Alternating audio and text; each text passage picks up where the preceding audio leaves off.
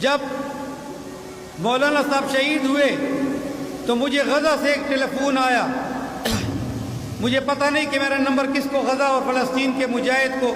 تو وہ رو رہے تھے کہ کیا پاکستان میں ایسے مجاہدین نہیں، ایسے علماء نہیں جو مولانا سمیع الحق شہید کا بدلہ لے سکیں. غزہ اور فلسطین پہ امریکہ اور اسرائیل اور بھارت نے اور انگلینڈ کی حکومت نے کتنے مظالم ڈھائے.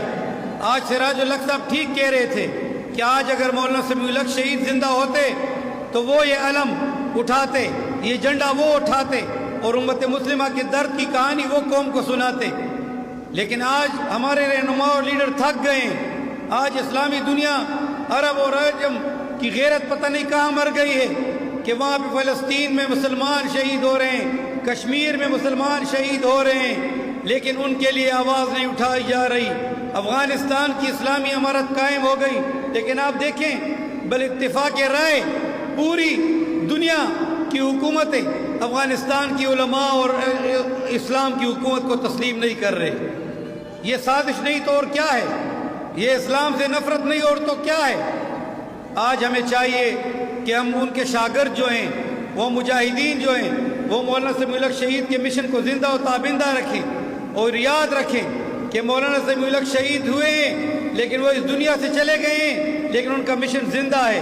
قرآن سنت حدیث کی شکل میں، آج دین کی آواز اور للکار کی شکل میں، آج تبلیغ کی شکل میں، آج جہاد کی حمایت کی شکل میں، آج فلسطینیوں اور کشمیریوں کی حمایت کی شکل میں مولانا سمیع الحق شہید، آج حقانیہ کی شکل میں مولانا سمیع الحق شہید زندہ ہیں.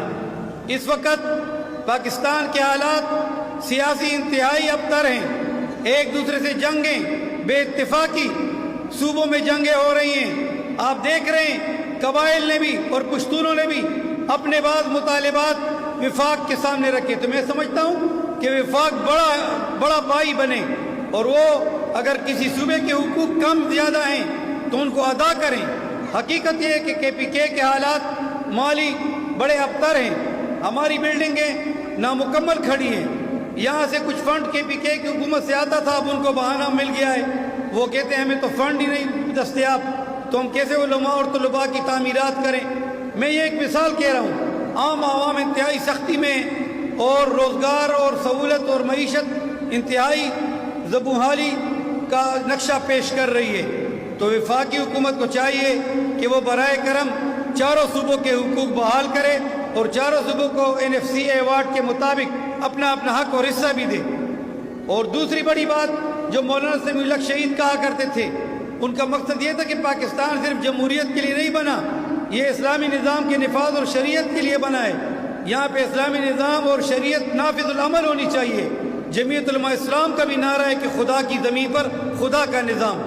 آج ہماری دینی سیاسی مذہبی قیادتیں دنیا کے اور سیاسی باتوں میں تو پڑ گئے ہیں. ٹھیک ہے، میں جمہوریت سے انکار نہیں، لیکن خدا را جمہوریت کے اندر ہی اسلامی شریعت اور قرآن اور حدیث کو یہاں نافذ العمل کرو تاکہ سودی نظام ختم ہو، بینکاری کا نظام پاک صاف ہو. یہ آج جو بے برکتی ہے اور پاکستانی لوگ رو رہے ہیں، یہ سود کی مار ہے. اگر یہ سود ختم ہو جائے اور قادیانیوں کی سپورٹ نہ ہو، ختم نبوت کے اوپر جیسے عبداللہ گل بھائی نے بتایا کہ کچھ دال میں کالا کالا ہے، ان کو چاہیے کہ دال میں سے یہ دال پوری ختم کر دیں، بدل دیں، یا دال میں سے کالا کالا نکال دیں اور محمد رسول اللہ صلی اللہ علیہ وسلم کی محبت اور پیروی کرتے ہوئے قادیانیت کے متعلق مکمل فیصلے کریں. کیونکہ وہ ایک ایسا ناگ ہے قادیانی جو اس پاکستان کو بھی ڈس رہا ہے، پاکستان کے آئین سے بھی وہ کھیل رہے ہیں اور آئین سے بھی وہ متصادم لڑ رہے ہیں. انہوں نے باہر اپنے ایجنٹ اور نمائندے بٹھا رکھے ہیں.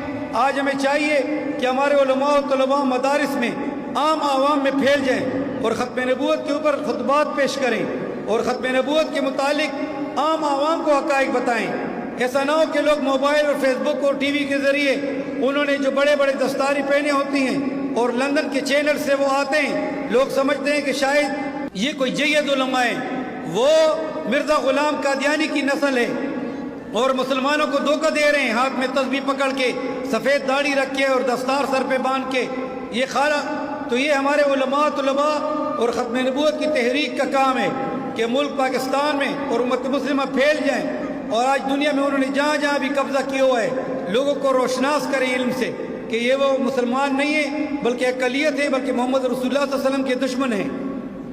میں ایک مرتبہ پھر آپ لوگوں کا شکریہ ادا کرتا ہوں۔ میں تمام قیادت کی آواز کے ساتھ ہم آواز ہوتا ہوں کہ انشاءاللہ آئندہ ہماری جمعیت علماء اسلام ختم نبوت کے کام کے ساتھ ساتھ غزہ اور فلسطین کے مسلمانوں کے لیے بھی آواز اٹھائے گی، اور آنے والے مہینوں میں ان کے لیے سیمینار بھی ہم انشاءاللہ کریں گے۔ دفاع پاکستان کونسل کے پلیٹ فارم سے بھی انشاءاللہ ہم پاکستان کی مضبوطی اور یکجہتی اور اتفاق اور اتحاد اور پاکستان میں محبت پھیلانے کے لیے اور جتنی بھی یہ دہشت گردی ہے یہ ختم کرنے کے لیے دفاع پاکستان کونسل انشاءاللہ ملک میں نکلے گی اور بڑے بڑے اجتماعات کرے گی۔ حضرت مولانا سمیع الحق شہید کا انشاءاللہ دور جو ہے وہ ہمیشہ قائم دائم رہے گا جب تک یہ دنیا قائم ہے۔ قرآن و سنت حدیث جو دارالعلوم حقانی اور دارالحدیث سے جب یہ علم پھیلتا رہے گا، وہ ثواب حضرت قائد جمعیت شہید ناموس رسالت مولانا سمیع الحق شہید کو، شیخ القرآن والعزت مولانا عبدالحق صاحب نور اللہ مرکزہ، ان سب کو انشاءاللہ پہنچتا رہے گا۔ بس آپ نے دارالعلوم حقانیہ کی بھی حفاظت کرنی ہے، پاکستان کی بھی حفاظت کرنی ہے، امت مسلمہ کی بھی کرنی ہے، حرمین شریفین کی حفاظت کے لیے بھی آپ نے آواز بلند کرنی ہے۔ وصلی اللہ تعالی علی خیر خلقی محمد و آلہ وصحبہ اجمعین۔